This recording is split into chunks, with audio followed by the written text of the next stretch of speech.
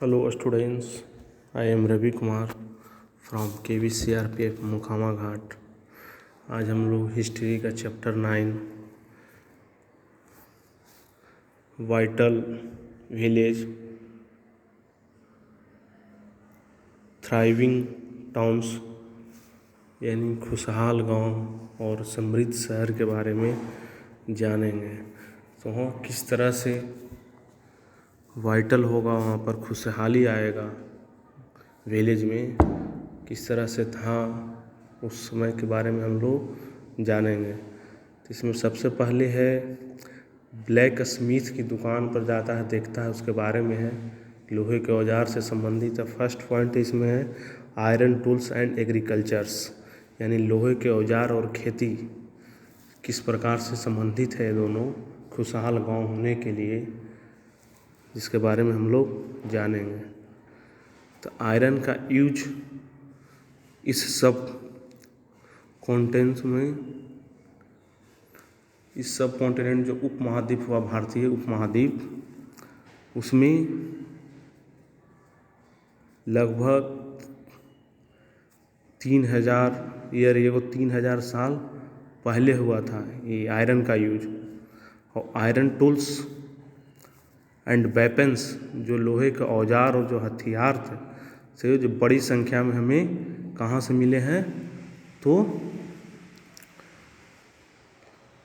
महापाषाण कब्र से, मेगलिथिक व्यूरल्स यानी महापाषाण कब्रों से हमको इसके बारे में पता चला है कि वहाँ पर बहुत सारे आयरन टूल्स थे और वेपन्स थे।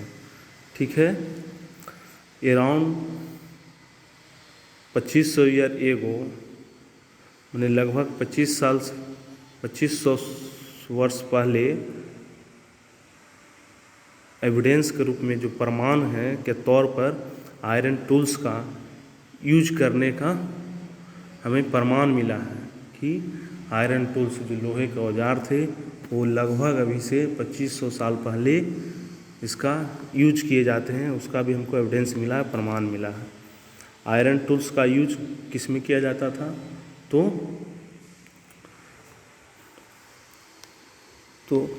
क्लियरिंग फॉरेस्ट यानी जंगलों को साफ करने के लिए भी आयरन टूल्स का यूज किया जाता था। तो उसमें क्या रहेगा, जब जंगल को साफ करना था, एक्स से चाहिए, उसके लिए कुल्हाड़ी चाहिए, तो कुल्हाड़ी एक आयरन टूल से उससे जंगल को साफ किया जाता था। ठीक है, और दूसरा में क्या यूज था, इसको जुताई करने के लिए, जो खेत को जब जोता जाता है उसके लिए हल होता है, तो उसमें एक फाल होता है, आगे हल के अगले सिरे में एक फाल लगा होता है, उसको भी आयरन टूल्स के रूप में यूज किया जाता था। आयरन का फाल होता है, जिससे क्या होता था कि एग्रीकल्चरल जो प्रोडक्शन था उसका इंक्रीज हुआ था, मैंने बहुत अच्छे तरीके से उससे, कड़ी मिट्टी भी रहती थी तो उसे जुता जाता था।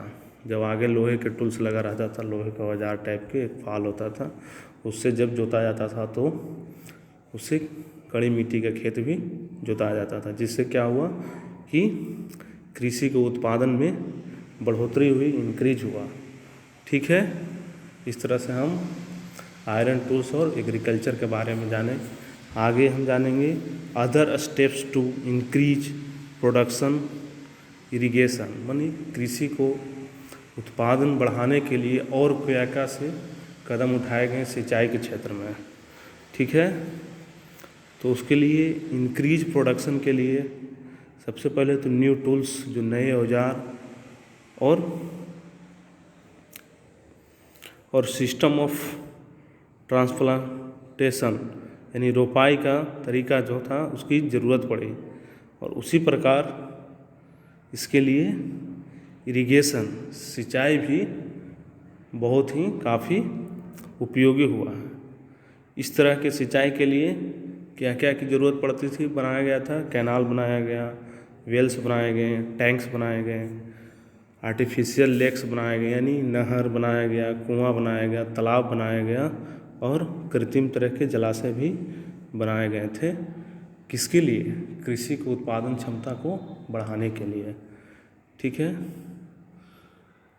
फिर एक चीज़ और हम लोग जानेंगे कि who live in the village, गाँव में कौन रहते थे उस समय। जब है भारतीय उपमहाद्वीप के बात हो रहा है, इंडियन सब कॉन्टिनेंट जो होता था उस समय सब मिला हुआ था, भारत पाकिस्तान बांग्लादेश सब एक ही में था, उसी को भारतीय उपमहाद्वीप कह रहा है। तो भारतीय उपमहाद्वीप के नॉर्थन एंड साउथर्न, उत्तरी पार्ट्स और दक्षिणी पार्ट में के अधिकांश जो विलेज थे, गांव थे, वे list 3 different kind of people, कम से कम वहाँ 3 तरह के लोग रहते थे। ठीक है, जिसमें हम फर्स्ट नंबर में हम जानेंगे साउथर्न पार्ट के बारे में, दक्षिणी क्षेत्र में। दक्षिणी क्षेत्र के रूप में कौन था, तमिल रीजन के बारे में हम लोग जानेंगे। तमिल रीजन में क्या था, एक कि लार्ज लैंड ओनर, जो बहुत बड़ा भूस्वामी होता है, भूमि का मालिक एक होता था, उसको क्या कहा जाता था, उसको बेलल्ला या बेलेलार के नाम से उसको जाना जाता था। फर्स्ट नंबर में ये हुआ एक तरह के लोग, और दूसरा था एक साधारण हल वाले के लोगों को, उसको क्या कहा जाता, जो साधारण हल वाला था उसको कहा जाता था उन्वार। 2 तरह के लोग हुए। और थर्ड नंबर में था एक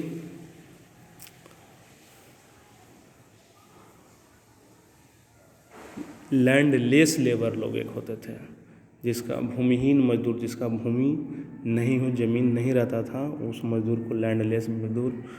और थे सेल्फ्स, जो दास लोग थे, इसको तीसरा नंबर में रखा गया। इसको क्या कहा जाता था, उसको कैडेसियार और अदिमई कहलाते थे। इस तरह से हम 3 टाइप्स के लोग के बारे में हम लोग जाने। पहला में बेलल्ला के नाम से, दूसरा साधारण लोग थे उसको उनवार, और तीसरा में जो लैंडलेस लेबर थे उनको कैडेसियार और अदिमई के नाम से जानते हैं। ठीक है, ये हम लोग जाने साउथर्न पार्ट्स में, जो दक्षिणी क्षेत्र के लोगों के बारे में जाने। अब हम लोग जानेंगे नॉर्थर्न पार्ट यानी उत्तरी क्षेत्र के बारे में जानेंगे। तो वहाँ की जो उत्तरी क्षेत्र में जो विलेज हेडमैन, जो गांव का प्रमुख आदमी हुआ, यानी प्रधान व्यक्ति को ग्राम भोजक कहा जाता था उस समय। जो मेन आदमी होता था गांव को, उसको ग्राम भोजक, कौन से एरिया में, तो उत्तरी क्षेत्र में ऐसा कहा जाता था। और यह जो ग्राम भोजक पद था, पर एक ही क्या होता था कि इस पद के लिए एक ही फैमिली के लोग रहते थे। हर बार एक ही फैमिली के लोग को बनाया जाता था ग्राम भोजक। इसलिए यह पद क्या हो गया था, वंशानुगति से हुआ था, माने कि एक वंश से दूसरे वंश में, उसी के वंश में आगे बनते रहेगा, इसलिए उसको आनुवंशिक की तरह था, माने एक ही परिवार के लोग इस पद पर बनते रहेंगे। ठीक है, और जो ग्राम भोजक थे, जो क्या था, गांव के सबसे बड़ा लैंड ओनर होता था, माने कि गांव का जो सबसे बड़ा भूस्वामी हुआ, ज़मीन वाला, वही लोग ग्राम भोजक होते थे। और इसके ज़मीन पर सेल्फ जो दास लोग हुए, वर्कर लोग, जो मजदूर हुए, वो लोग इसके ज़मीन पर काम करते थे। और कभी कभी क्या होता था कि राजा इन्हीं ग्राम भोजक, जो ग्राम भोजक थे, को टैक्स वसूलने के लिए भी काम दे देते थे कि आप ही टैक्स वसूलिए। क्यों देते थे, क्योंकि वे अधिक पावरफुल थे, प्रभावशाली थे, वो शक्तिशाली होते थे। इसलिए जो राजा लोग थे वो इनको टैक्स वसूलने के लिए भी छूट दे देते थे कि आप टैक्स वसूल सकते हैं। ठीक है, और भी ये जो ग्राम भोजक हुए, जो जज की तरह और पुलिस मैन की तरह भी काम करते थे, यानी कि जज न्यायाधीश की तरह और पुलिस की तरह भी रिएक्ट करते थे, काम करते थे ग्रामों में, ठीक है। और ग्राम भोजक के अलावा अनदर लोग और जो इंडिपेंडेंट फार्मर थे, जो स्वतंत्र किसान थे, उन्हें क्या कहा जाता था? गृहपति कहा जाता था। इंडिपेंडेंट फार्मर को गृहपति कहा जाता था, ठीक है। और इसी गृहपति में क्या होते थे? ज़्यादातर कौन थे इसमें? छोटे छोटे किसान होते थे। छोटा किसान जो कम भूमि वाला हो, वो किसान इसमें होते थे गृहपति में, ठीक है।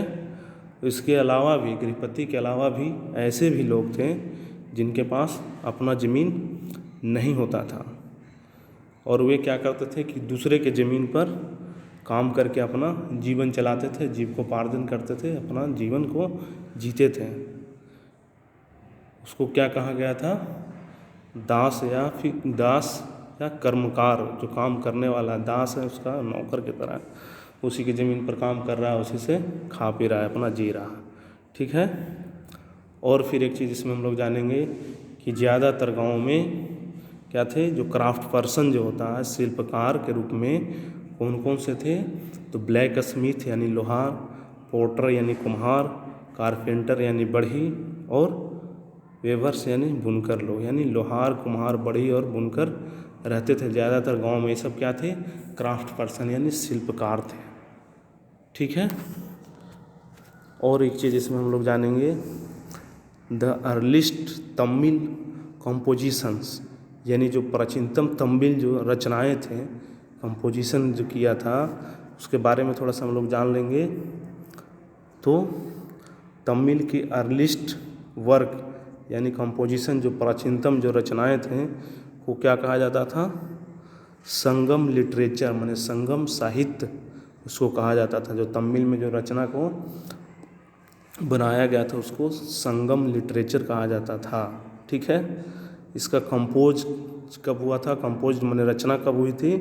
तो 2300 साल पहले की गई थी इसकी रचना, संगम साहित्य का।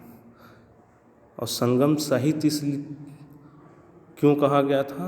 इसलिए कहा जाता था कि ये मदुरई के कवियों के सम्मेलन में इसका संकलन किया गया था, असेंबलाइज किया गया था, इसलिए इसी को संगम के नाम से जाना जाता था, संगम साहित्य के नाम से, ठीक है।